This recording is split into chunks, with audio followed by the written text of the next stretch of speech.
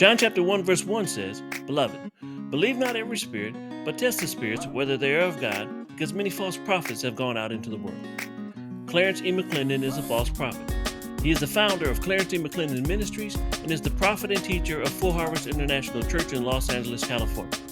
As one of the most eloquent and influential preachers of this generation, his intellect has given him an ego that far exceeds his contemporaries. Controversy and scandal have followed his ministry for years because of what comes out of his mouth. Mecclendon is a word of faith teacher who claims that Jesus is not the only begotten Son of God, which is a willful departure from acknowledging Jesus' uniqueness as God's only Son. Look, all human beings have human fathers, but Jesus' Father is God, and that's what makes him uniquely God's only Son. Now, the idea that Jesus is not the only begotten Son is a part of the deification of man, which Mecclendon agrees with because he too claims to be a God.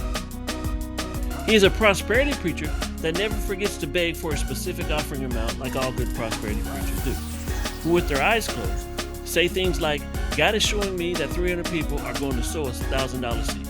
Now, because of his ego, his prophecies are extravagant, which means that he prophesies presumptuously or that he's making things up and is just showing off.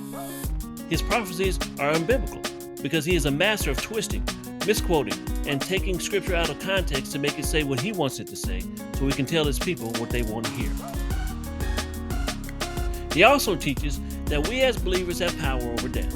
However, Romans chapter 8 verses 1 through 17 blows that false doctrine completely out of the water, but he knows that. In his recent Good Friday service, Mecclendon tells his congregation about a vision he had after 14 days of taking communion. He said that in the vision, Jesus walked into his office carrying his own dead body. Or in his words, the living Jesus was carrying the dead Jesus' body. This is the kind of foolishness that has been coming out of his mouth for years. Now, the first part of 2 Peter chapter 2 verse 1 says, "But there were also false prophets among the people, even as there will be false teachers among you, who will secretly bring in destructive hearsay." In his bio, Mecclendon describes himself as a prophet and a teacher, so he fits the description of what Paul warns is coming in the last days. By the way, he also claims to be an apostle. This means he has at least 3 strikes against him. Strike 1, false apostle. Strike 2, false prophet. And strike 3, false teacher. Listen, we are living in the last days. That's why false apostles, false prophets, and false teachers are everywhere. So pay attention and you won't be deceived.